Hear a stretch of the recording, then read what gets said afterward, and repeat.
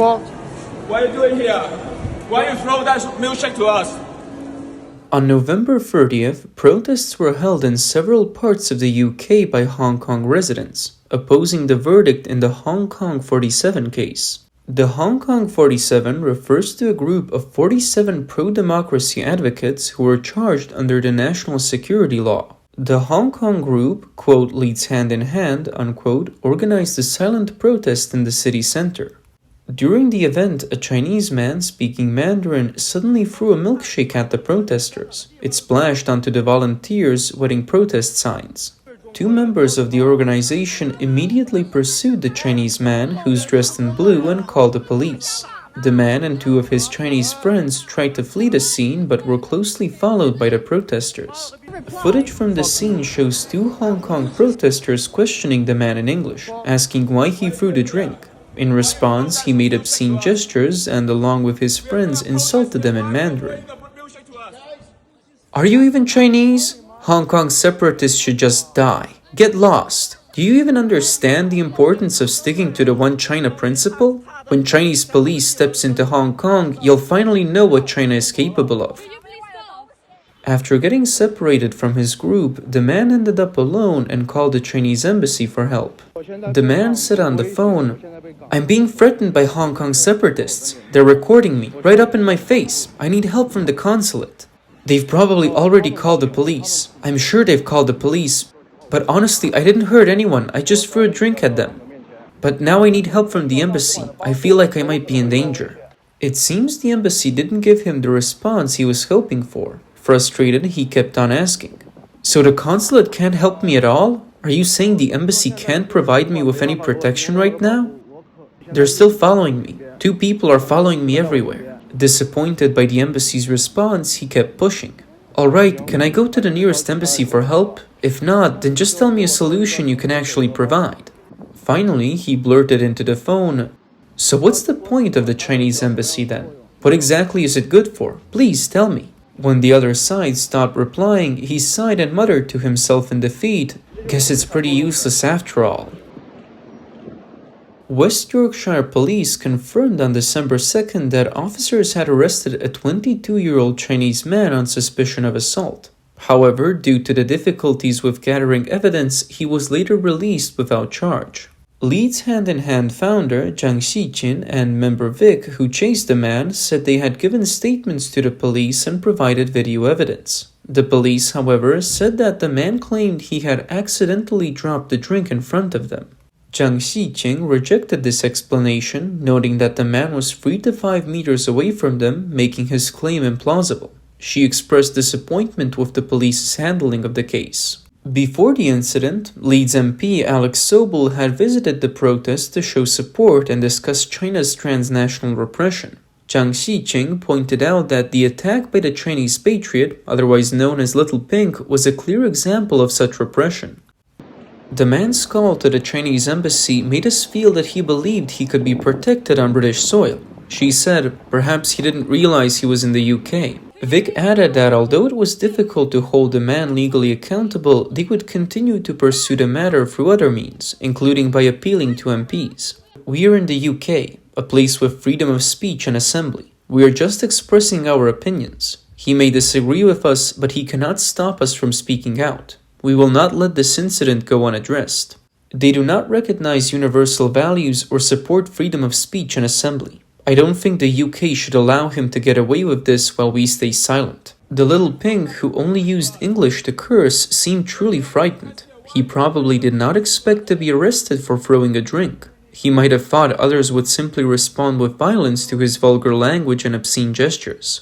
When he sought help from the Chinese consulate, he seemed to believe that, like in Chinese propaganda films, the consulate would quickly come to his aid. What he did not expect was that someone like him, an uneducated Little Pink with a limited ability to speak English, would not receive assistance from the Chinese consulate even if he hadn't committed a major crime. However, some Little Pinks who have caused trouble or committed crimes have indeed received protection from the Chinese consulate. Some of them have committed serious offenses.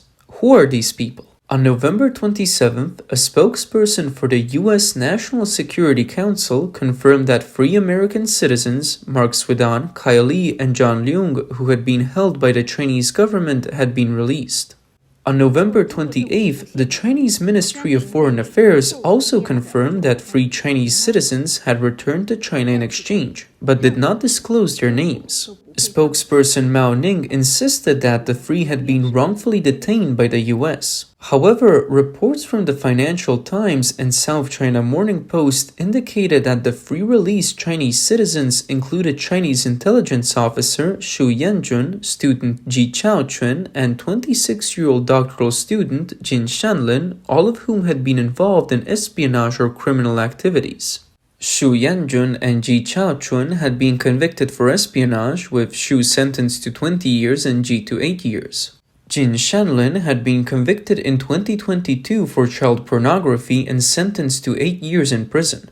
According to the Dallas Morning News, Jin had owned and distributed up to 47,000 child sexual abuse images and videos. In response, former Tiananmen student leader Zhou Fengsuo told Radio Free Asia that two of the individuals involved in the swap were Chinese spies, and he questioned why China had chosen to exchange Jin Shanlin, a convicted child pornographer.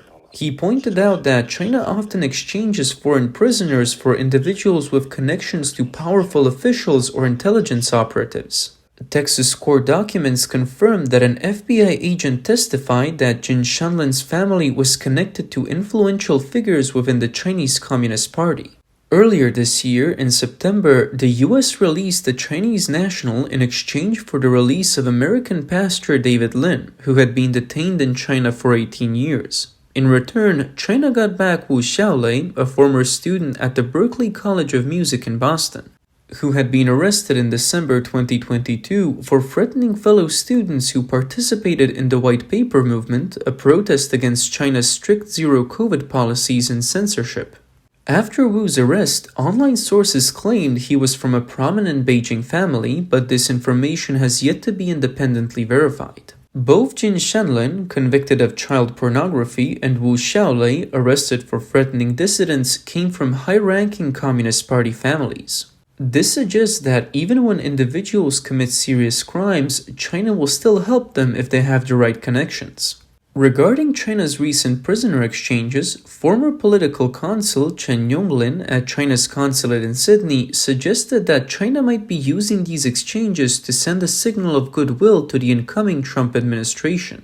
He said, "China is under pressure from all sides. Trump's remarks and the hardline figures in his administration make China nervous, and they may hope these exchanges will ease the situation." Chen also noted that China has previously sacrificed overseas spies, but the recent exchanges of two spies seem to be aimed at soothing the teams responsible for transnational intimidation, which has faced setbacks.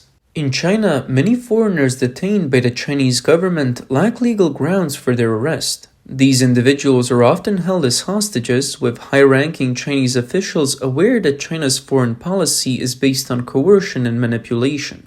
Hostages are now being used to trade for little pinks with connections, who may be less careful than professional spies and are more likely to commit embarrassing or criminal acts.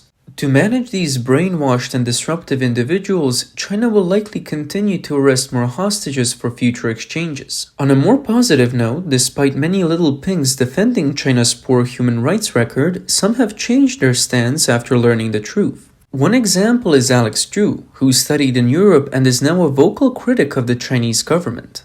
According to the Wall Street Journal, Ms. Zhu, who is from Shandong province, went to Europe to study in 2017. She recalls feeling very proud of China's Communist Party rule when she first arrived in Europe. While in China, her school was promoting a wave of patriotism education to prevent a repeat of the 1989 Tiananmen protests. But after coming to Europe, everything she had believed was questioned, especially after she started dating an American boyfriend. At the time, Western countries began accusing the Chinese government of mass detentions of Uyghurs in Xinjiang. The Chinese government denied these claims, calling the detention camps vocational training centers. Zhu and her boyfriend frequently argued over the issue. Her boyfriend printed articles about the camps, but she refused to read them. Zhu said, quote, "I thought that if I looked at them even once, I would be brainwashed by Western capitalism," unquote. It wasn't until their arguments nearly led to a breakup that Zhu started researching the issue herself in an attempt to find the truth. The results shocked her. She said, quote, "A single Uyghur in exile might be lying, but when over 100 people step forward to share their stories, that's when you begin to believe it," unquote. In 2019, when Zhu and her boyfriend were living in Shanghai, their differences resurfaced because of the pro-democracy protests in Hong Kong, which nearly broke up their relationship. Zhu was reading articles from the Chinese state-run Global Times, which labeled the Hong Kong protesters as violent rioters attacking police and residents. Her boyfriend, however, was moved by the protesters' cause. She thought he had gone mad and asked, quote, "How can you support this violence?" unquote. In July 2019, Zhu and her boyfriend traveled to Hong Kong. Though Zhu avoided the protests, she was still caught in a pepper spray attack. As she started coughing and tearing up, a group of protesters with first aid kits rushed over, offering eye drops and helping her breathe.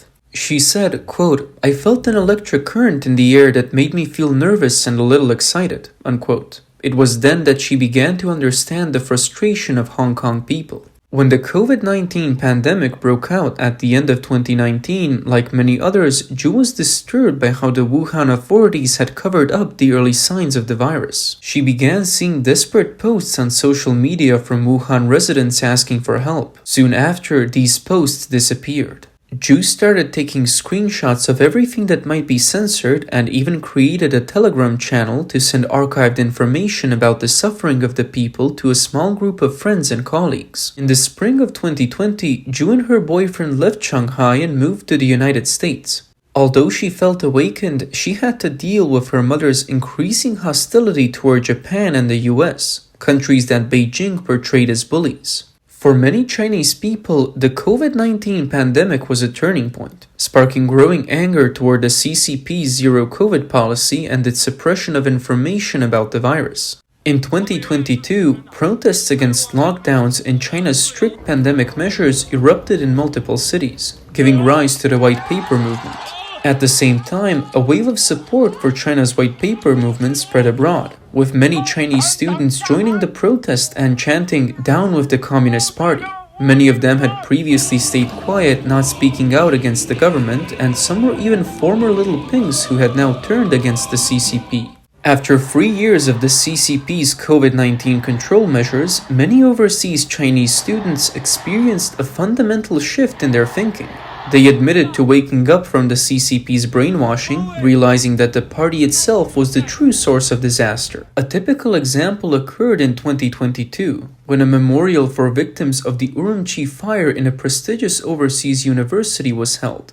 The head of the Chinese Students and Scholars Association, Chen Zhong, recalled how in 2019 he had stood with pro-CCP Chinese students during Hong Kong's protests.